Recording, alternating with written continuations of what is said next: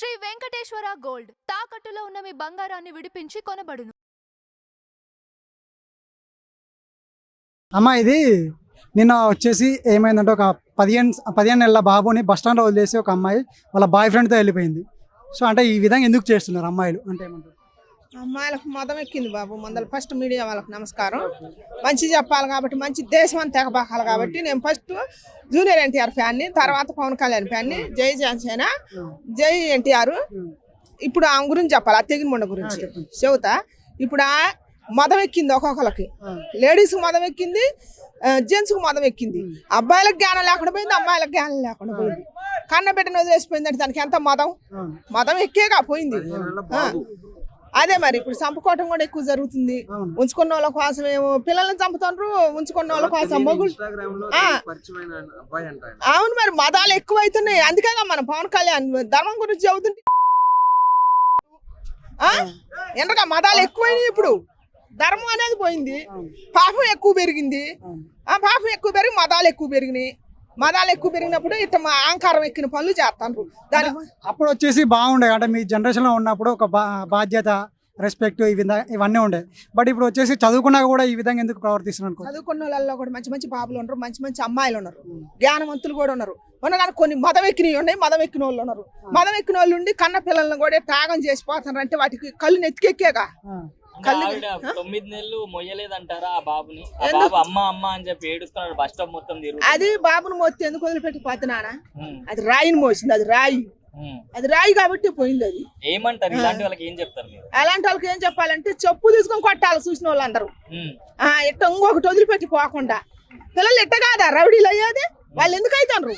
కన్నాళ్ళు సరిగా తల్లిదండ్రులు సరిగా పట్టించుకోకపోతేనేగా మళ్ళీ వాళ్ళని రౌడీలు అయినరు, గోండాలు అయినరు, ఆవనాగం చేస్తారు, ఏమనాగం చేస్తారు. అంటే దాంట్లో ఉపయోగం ఏముంది? మన తల్లిదండ్రులు చేసే దాంట్లో కూడా ఉంది కొద్దిగా తప్పు. మనకు కూడా బుద్ధి ఉండాలి. మాకు కూడా తల్లికి తండ్రికి కూడా కొద్దిగా బుద్ధి ఉండి జ్ఞానం ఉండి పిల్లల్ని సరిగా పెంచుకోవాలి. ఇట్ట వదిలిపెట్టిపోతారు, రేపు పెద్ద నాకు వాళ్ళు ఏం చేస్తారు? వాళ్ళకి మంచి సైడ్ నేర్పేది ఎవరు? తల్లి నేర్పదు, తండ్రి నేర్పడు. సమాజం మీద వదిలిపెడతారు, వాళ్ళు రౌడీలు అయిపోతారు, వాళ్ళు గోండాలు అవుతారు. నాకు కొంచెం ఆరోగ్యం బాగోదు, నిమ్మలంగా చెప్తా. వాళ్ళు రేపటి రోజున ఏం చేస్తారు? 9 ఏళ్ళ అమ్మాయిని ఆగం చేస్తారు, 9 నెలల అమ్మాయిని ఆగం చేస్తారు, 3 ఏళ్ళ అమ్మాయిని దేశ ఆగం చేస్తారంటే ఎట్టాటోళ్ళే. తల్లిదండ్రులు సరిగ్గా చెప్పకనే ఎవరు ఇష్టం వచ్చినట్టు వాళ్ళు తండ్రి ఇష్టం వచ్చినట్టు తండ్రి ఉంటుండో, తల్లి ఇష్టం వచ్చినట్టు తల్లి ఉంటుంది. ఎవరు ఇష్టానికి వాళ్ళు పోయినప్పుడు పిల్లల్ని కానొద్దండి, కానీ దేశం మీద వదిలేయొద్దు. వదిలేసి దేశాన్ని ఆగం చేయొద్దు. తండ్రి పట్టించుకోకపోతే తల్లి పట్టించుకోవాలా, తల్లి పట్టించుకోకపోతే తండ్రి పట్టించుకోవాలా. మనం మంచిగా నేర్పాలి. కన్న వాళ్ళకి మనం మంచి నేర్పితే రేపు వాళ్ళ పిల్లలకు వాళ్ళు మంచి నేర్పుతారు. అంటే అట్లా చెప్తుంటే మా ఇష్టం ఉన్నట్టు బతుకుతాం, మీరెవరు చెప్పడానికి? మా ఇష్టం అని బతికితే ఉండదు. మన సమాజం మన మనుషులు తిరిగే దేశంలో ఉండదు. వాళ్ళు అడిలో పోయి బతకాల, ఏడుండొద్దు. ఎందుకు ఉండాలా?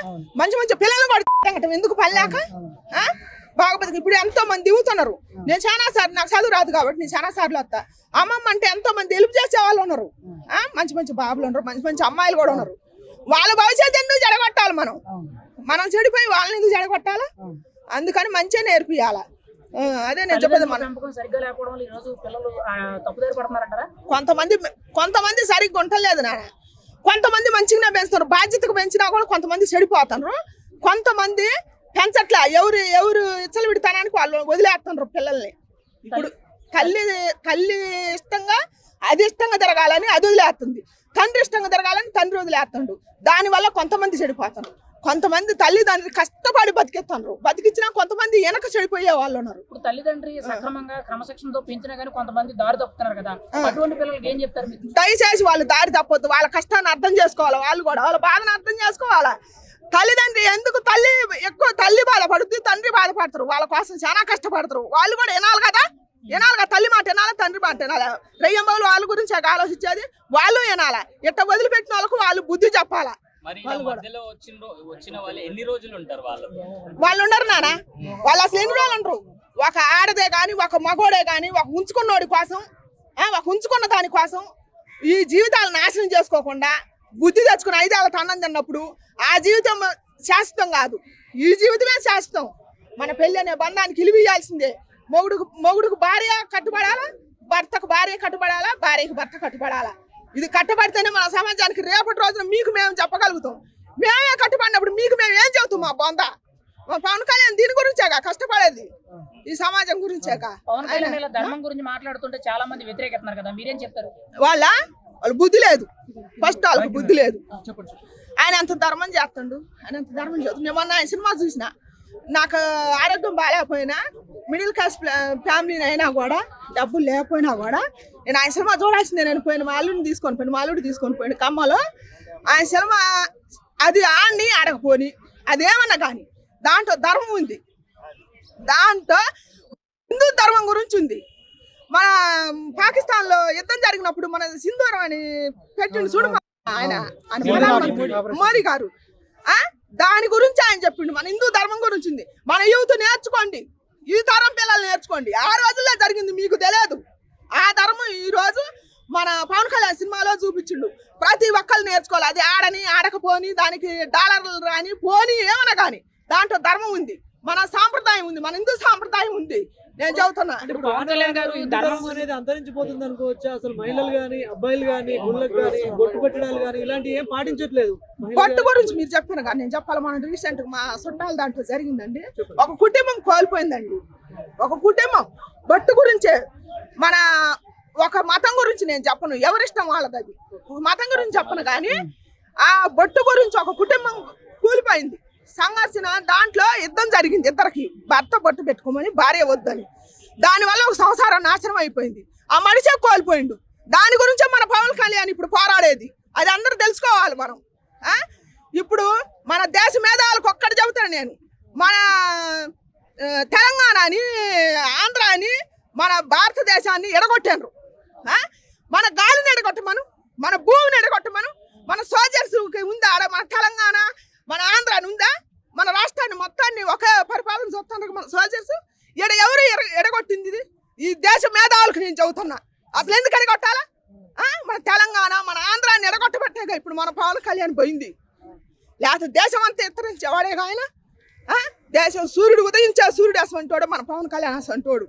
నేను చెబుతాను. ఇప్పుడు ఆ ధర్మం అటు పరిపాలిస్తే ఏంది, ఎటు పరిపాలిస్తే ఏంది అందరికీ తెలుస్తుందిగా. అది నేను చెప్పేది.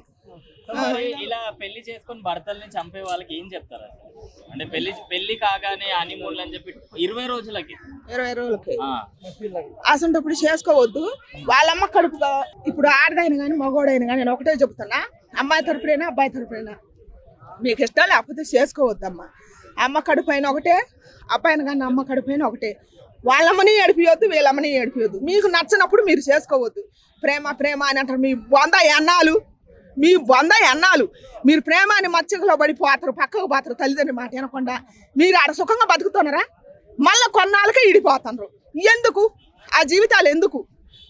కొంతమందికి చెబుతాను నేను, అందరికీ చెప్పట్లా. కొంతమంది బాగా బతుకుతున్నారు, కొంతమందికి చెబుతాను నేను. అట్లా ఇడిపోవద్దు, జీవితాలు నాశనం చేసుకోవద్దు. అతన్ని చంపొద్దు, మీరు చావద్దు. మీ కుటుంబం బాగుండాలా, వాళ్ళ కుటుంబం బాగుండాలా. అదేగా కావాల్సింది. మన సమాజానికి మన పిల్లలు నేర్చుకుంటారు, మన యూత్, ఈ తరం యూత్ నేర్చుకుంటారు. వాళ్ళు బాగుండాలి, వాళ్ళ మైండ్ సెట్లు బాగుంటే మన దేశం బాగుంటుంది.